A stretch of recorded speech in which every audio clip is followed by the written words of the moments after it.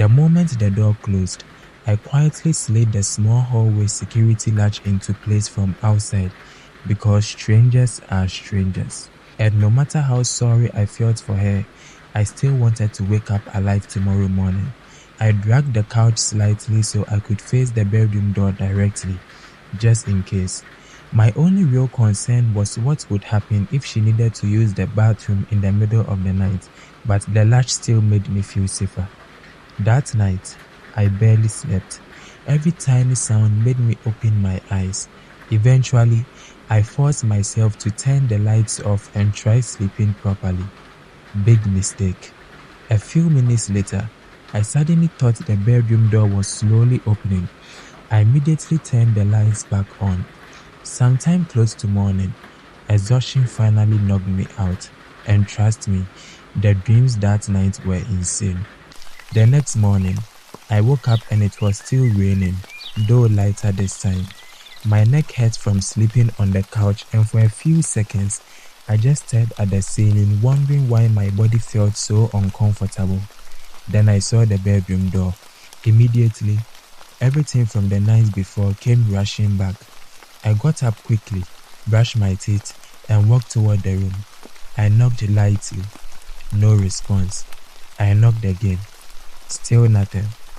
Now my paranoia immediately woke up again. I knocked harder this time before finally hearing footsteps and a soft voice from inside, though I couldn't make out what she said. I quickly unlocked the security latch and adjusted myself instinctively. The door opened halfway. Before I could even say anything, she looked at me awkwardly and asked, "Please, can I use the bathroom?" I immediately stepped aside. "Sorry." A few minutes later, she came back and sat carefully on the right side of the sofa after greeting politely. I sat at the opposite side quietly for a second before properly looking at her for the first time in daylight. Wait, was this really the same exhausted woman I picked up in the rain last night? She was beautiful. I had extra toothbrushes at home, so I handed her one before making some light tea and bringing out snacks for both of us. The silence slowly started becoming awkward again. Where the hell did I put this remote? I started searching around the couch cushions until I finally found it and quickly turned the TV on just so the apartment wouldn't feel so quiet. The rain still hadn't stopped completely, and I needed to buy groceries that day, but there was no way I was leaving a stranger alone in my apartment. At the same time, asking her to leave that early while it was still raining outside also felt wrong. So eventually, she ended up coming with me. She was surprisingly helpful. She actually paid attention to prices, helped carry things, and kept thanking me for almost everything. On the way back, I picked up a few extra things for her too: a sponge, basic toiletries, and some clothes.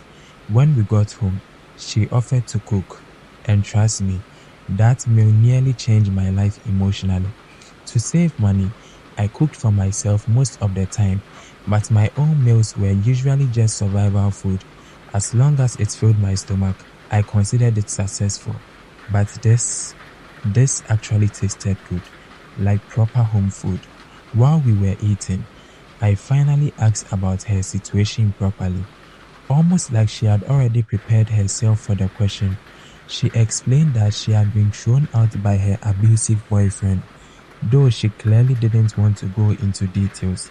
The moment she mentioned him, her expression changed slightly, so I didn't push further. She also explained that the number she tried calling the night before belonged to her parents, and somehow that conversation became much deeper than I expected. She admitted her parents had warned her against moving in with him in the first place, but she did it anyway. Now she was scared to contact them because she knew they would be angry, especially her sisters. I understood her fear. Nobody likes returning home carrying proof that everybody who warned you was right. She confessed she had stayed in the relationship much longer than she would have because she was too embarrassed to admit how bad things had become. At some point, she asked for my phone again to call them. I handed it over immediately, though by then, I was already getting emotionally invested in this whole thing in a way I probably shouldn't have been. The phone rang. Nobody answered. A small selfish part of me felt relieved. She promised she would leave as soon as she managed to contact them properly, and if they still refused to help her, she said she would travel there herself and apologize face to face if she had to. We talked for hours that day. At one point, she laughed at one of my terrible jokes, and I remember realizing she actually had a really good sense of humor. And these days, finding someone you can genuinely talk to comfortably feels rarer than it should. Over the next few days, I slowly got used to her presence, and for the first time since I lost my mom, I got to experience what it felt like coming home to food already waiting for me. And trust me, just wasn't just random food. It was good food. She was also naturally smart. I barely had to explain things to her. She somehow made the apartment feel less empty without even trying. And somewhere along the way, I stopped thinking about when she would leave. Then my brain slowly started going somewhere even more dangerous. Maybe I actually wanted her to stay. Maybe I should ask her out.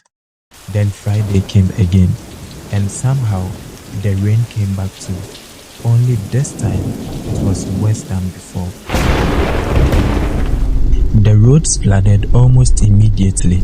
Traffic slowed to a crawl, and by the time I was halfway home, my car suddenly started making a strange noise I'd never heard before. I ignored it, hoping it would sort itself out because I really needed to be home that night. A few seconds later, the engine died completely. I just stared at the dashboard. Seriously, of all the days, I turned the key again. Nothing.